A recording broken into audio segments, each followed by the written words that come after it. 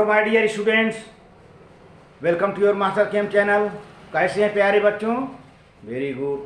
आज मैं Amra Shankar Yadav Master Chem channel की तरफ से क्लास 12th के बच्चों के लिए वीडियो सॉल्यूशन चैप्टर से लाया हूं।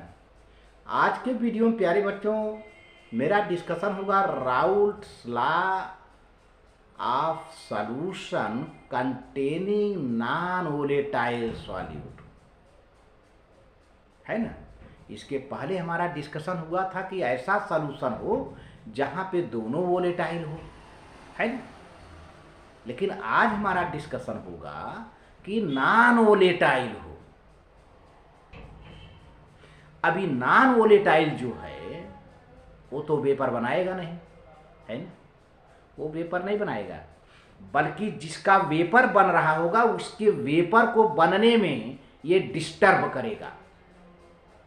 जैसे मान लीजिए पानी ही है, पानी में एक नॉन वोलेटाइल कोई सॉल्यूट मिला दीजिए तो क्या करेगा, सरफेस पर आ जाएगा और सरफेस का काफी एरिया ऑक्यूपाई कर लेगा।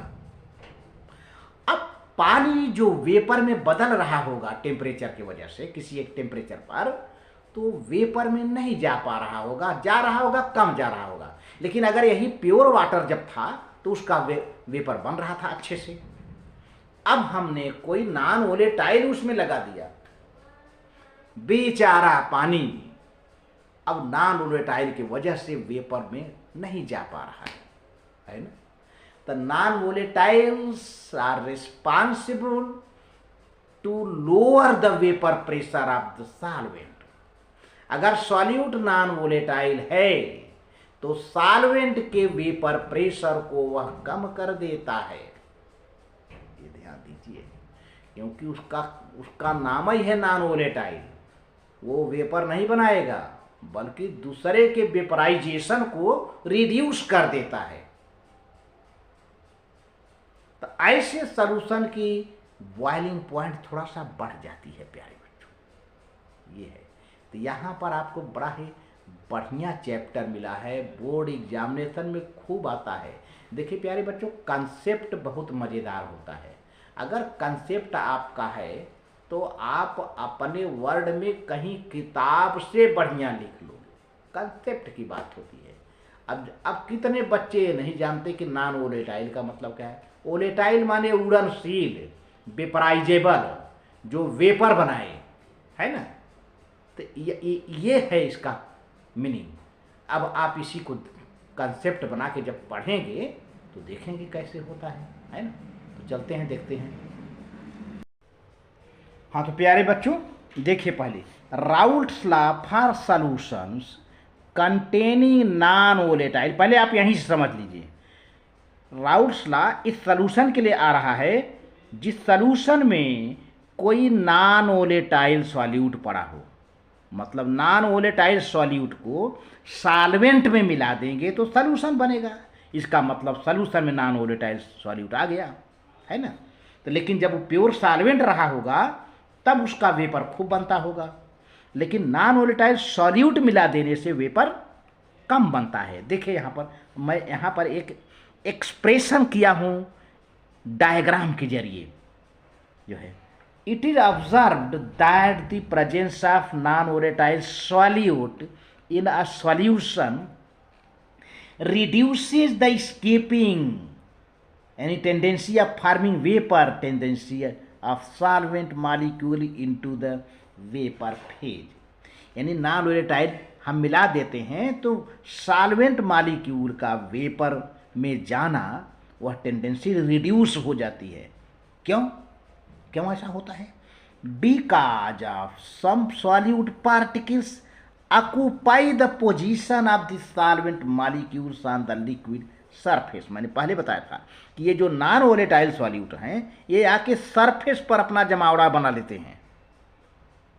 तो सरफेस पर जब हो जाएंगे तो जो वेपर के रूप में निकलना चाहेगा निकल नहीं पाता है, and that lower the vapour pressure of the solvent. This is illustrated here. अब देखो प्यारे बच्चों, यहाँ पर दो डायग्राम है।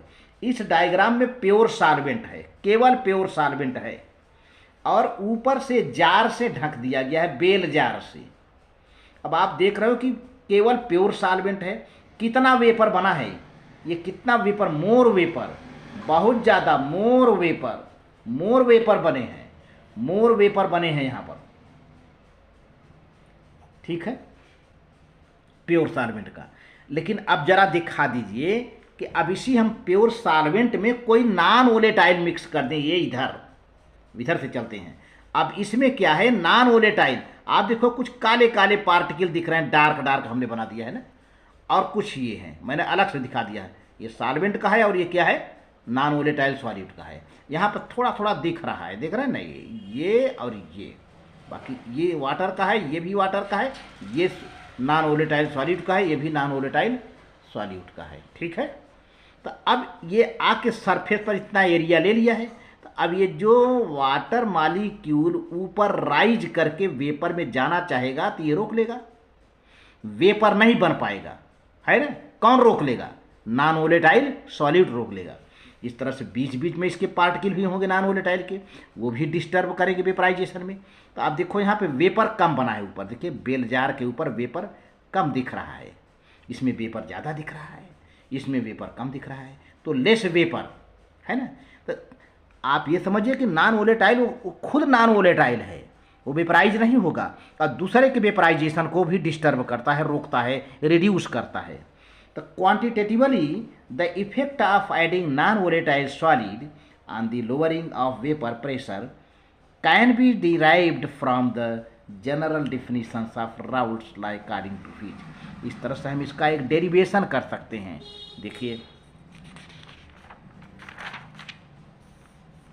वेपर प्रेशर, हम सॉल्वेंट की बात करते हैं, वेपर प्रेशर ऑफ सॉल्वेंट, अगर प्योर सॉल्वेंट था तो vapour pressure of solvent is equal to mole fraction of solvent in solution into vapour pressure of the pure solvent, है ना, यही तो हुआ।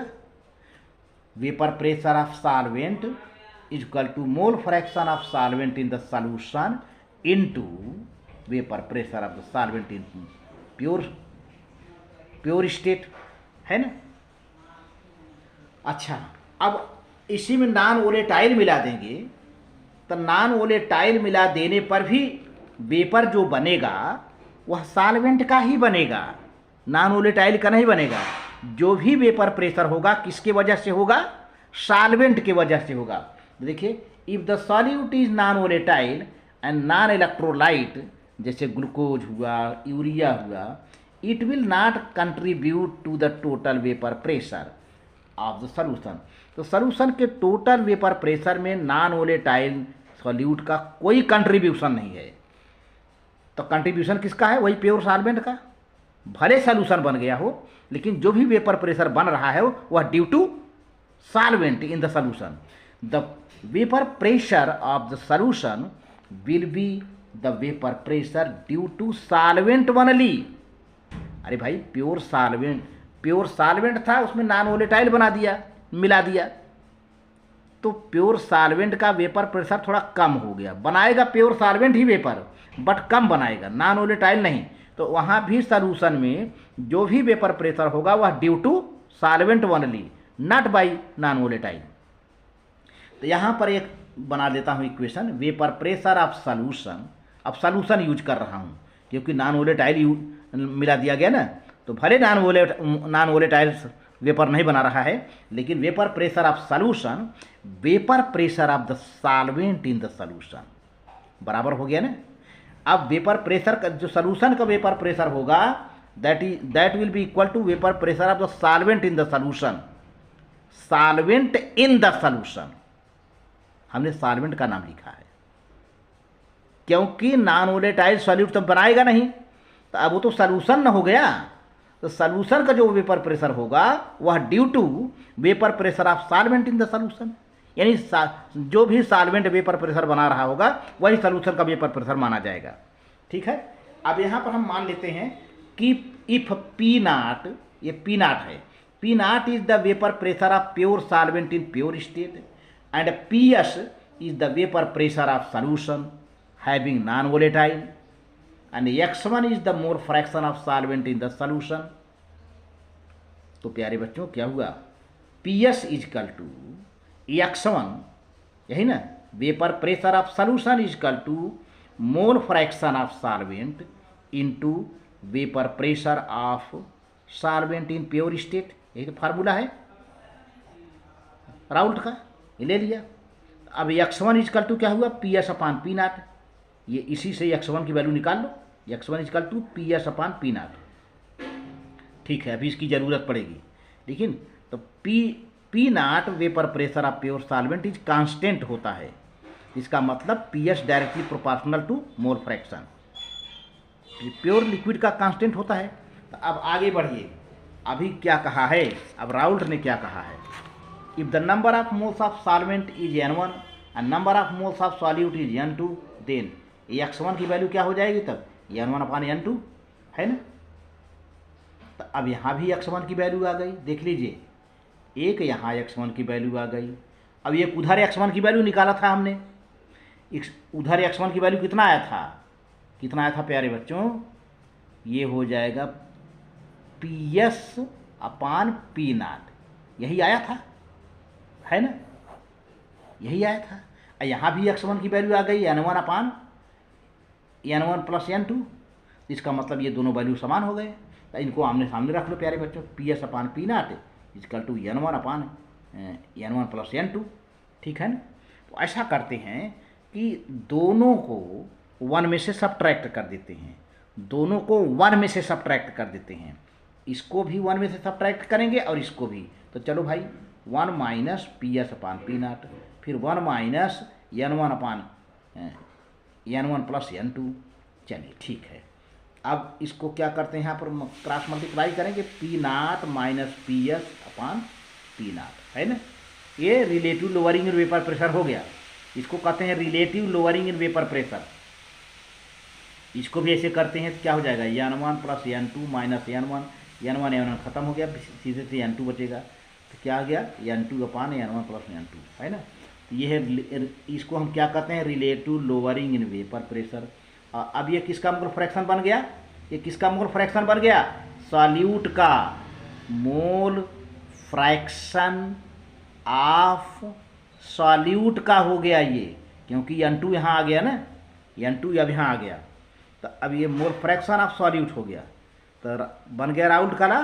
क्या है, क्या राउल्ट है भाई, thus P naught minus P S upon P naught equal to n2 upon n1 plus n2, यानी the relative lowering of vapour pressure, जो कि कॉलिगेटिव प्रॉपर्टी है, relative lowering of vapour pressure of a solution containing non-volatile solute is equal to the mole fraction of the solute in the solution। कहाँ, in the solution, ठीक है। तो ये है, ये relative lowering in vapour pressure है, और ये मोल फ्रैक्शन ऑफ सॉल्यूट है।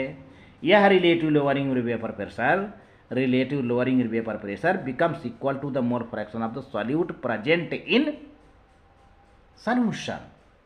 इस तरह से प्यारे बच्चों, वीडियो अच्छा लगे तो लाइक करके सब्सक्राइब करना, शेयर करना। Thank you very much.